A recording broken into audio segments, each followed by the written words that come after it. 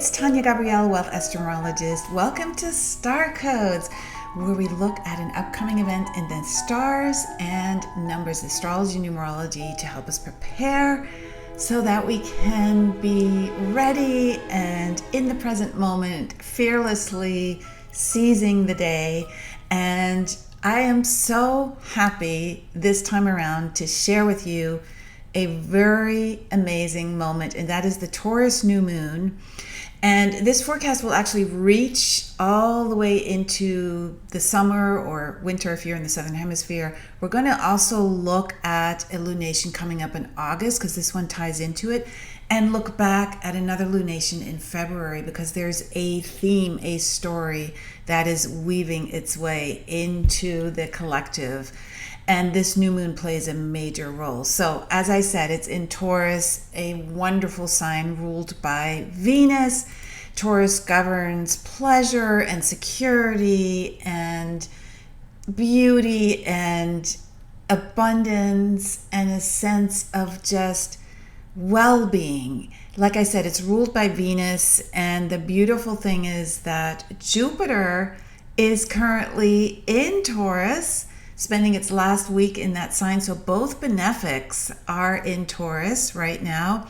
Uranus is in Taurus. The sun and moon are in Taurus, and the moon is exalted in Taurus. That means the moon feels especially good in this sign. So we have the ruler, the Venus, the moon exalted, Jupiter, another benefic like Venus. So it's very good energy in terms of breakthroughs and joyful, intense passion, beauty, music, entertainment. Now, Taurus is an earth sign, and it's a fixed sign. So it tends to hold things close and is not quite as flexible as other signs. And we're going to look at two other fixed signs in a moment when I dive into 3 months from now and 3 months prior to now. Now, this Taurus new moon is exact on May 8th at 4:22 a.m., and that's universal time. And in the Americas, that's 11:22 p.m. Eastern and 8:22 p.m. Pacific time. Now, it's interesting when we look at the universal day code, May 8th, 4:22 a.m., those numbers, 4, 8, and 2, are all in the manifestation triad in numerology. So not only is Taurus an earth sign, and earth signs know how to manifest because they lay down roots, right? So that's a manifesting sign right there. Plus it governs abundance as well and financial flow. But the code of the exact moment, universal time, is all three numbers in the manifestation triad. So there's a lot of opportunity, not just because of the benefics and the moon being exalted in Taurus, but because of the actual Taurus energy being magnified by the manifestation code. So that's exciting too. And of course, the other magnification is that there is that 5-planet stellium in Taurus. A stellium is 3 or more planets that are in the same sign or in the same area, closely bunched together. And those, of course, are Jupiter and Venus, Uranus, Sun, and Moon. So let's look more closely at Uranus, because Uranus has been in Taurus since 2018 and will continue for a little while longer until 2025, when all the major planets, the slow-moving planets, I should say, are changing signs. Some may retrograde back into their previous signs, but they're all going to 0 degrees between November 19th, I believe, when Pluto starts the whole process, and the summer, like June, July of 2025. So having said that, let's look at Uranus. Uranus plays a huge role in this new moon because it is forecasting the quest for freedom, breaking away from the past. New moons are new beginnings, breaking away from fixed energy. Taurus is a fixed sign.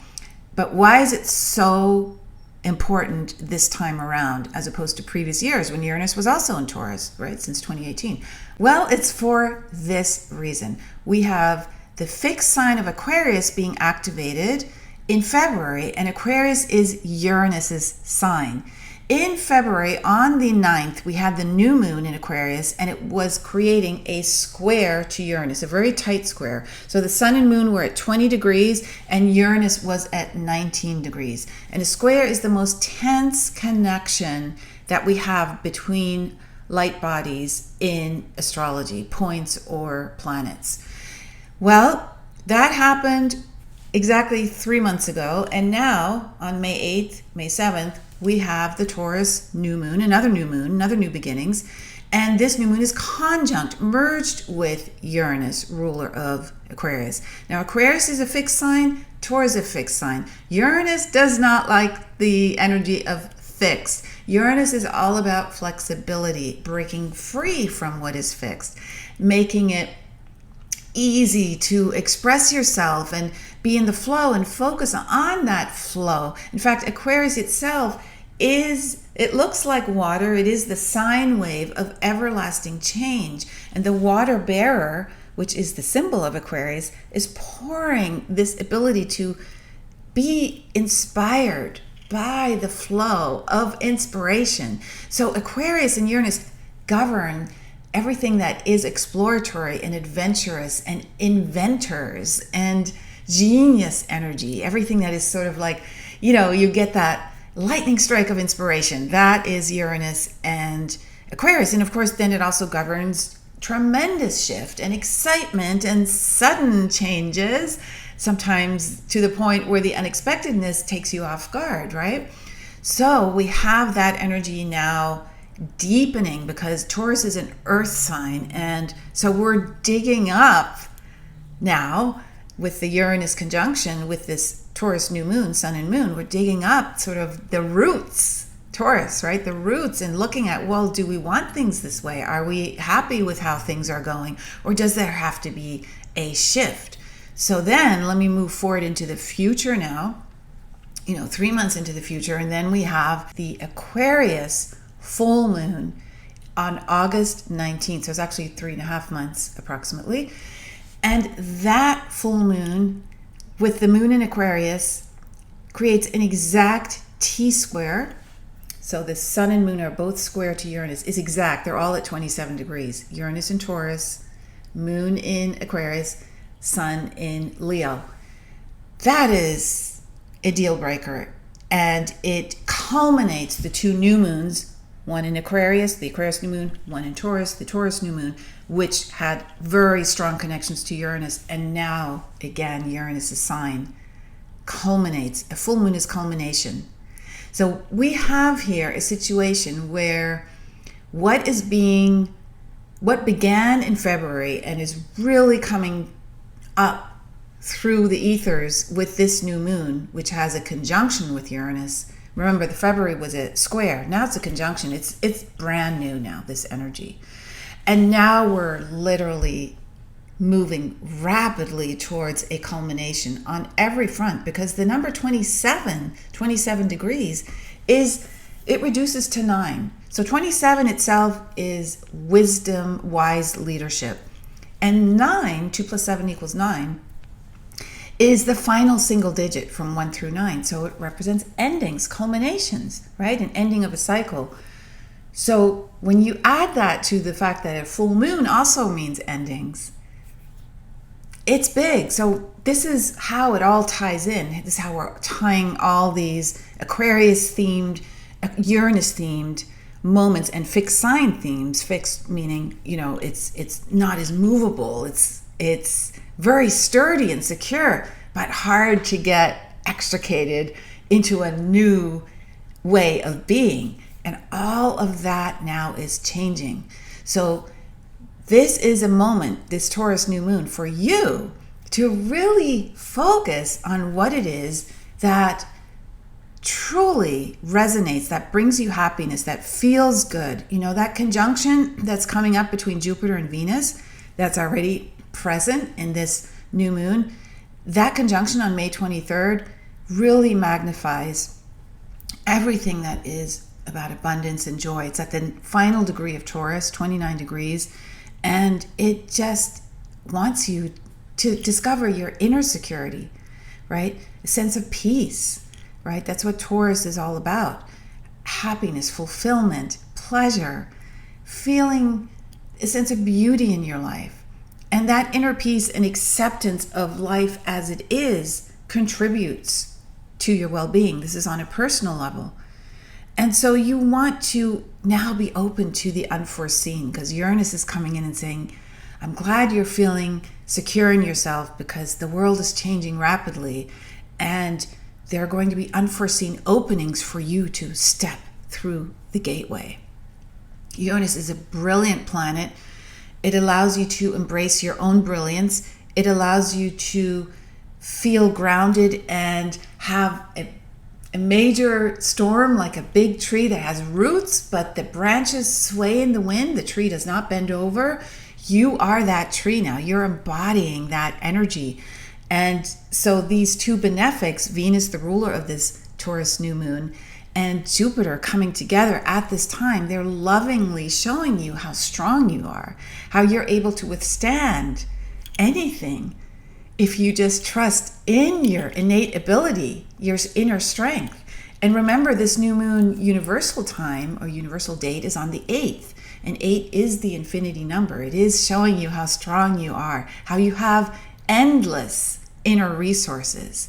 And so this is an amazing moment. And I want to just mention, while we're looking into the future, that there's another full moon that is just absolutely amazingly, wonderfully positive. And that's coming up at the end of May.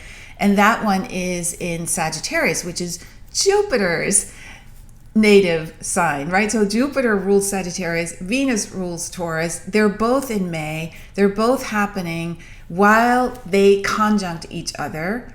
So this is a really incredible time for all of us to tune into what we're grateful for, what we're happy for, and only move forward on those items, those decisions, when we feel that inner prompt. You feel called to do it. There's an inner calling here that Jupiter brings through hope and trust and faith, and that Venus brings by aligning to happiness, like what feels good, right? And so this will ignite your ability, the Uranian ability, to be in a place where your inspiration is spot on. It is connected to source. It beautifully resonates with your heart. And so we have this beautiful gift from the heavens now to align with, to help us feel grounded within, because externally there won't be much to turn to as things turn topsy-turvy as we move towards all of these events. And remember, after August, Pluto dips back into Capricorn, the sign that it's basically left, but it dips in for 2.5 months until November 19th. And then stays in Aquarius. Aquarius again, right? Aquarius for 20 years until 2044. So we have a lot of shifts going on in 2024, 2025 that they're igniting our ability to tune in, right? If there's anything that I can add to this for you is Uranus, the conjunction to Uranus in this Taurus new moon, also activates the 11th house. The 11 is the master number of inspiration, our antenna to the divine. So think of 11, that master number that so many talk about. They see 11:11 on the clock. Well, that is a sign for you to listen. There's a message coming through. So with all this Uranus energy, this Aquarian energy, this Pluto and Aquarius energy, we're being tuned to the divine. So there's a lot you can do on a personal level too if you understand your own chart. But right now the energy is being loosened up. Yes, we're in fixed sign Taurus, but it's the river of life feeling now with the stellium in Taurus, with these benefics in Taurus. You're shifting in wonderful ways. And we are just so blessed to be able to merge and be together and join together during this incredible time. It's a time to take our power back. That's all it really is. Your power resides within you. That number, May 8, is very powerful. So tune into that eternal life energy and tune into how to take your power back.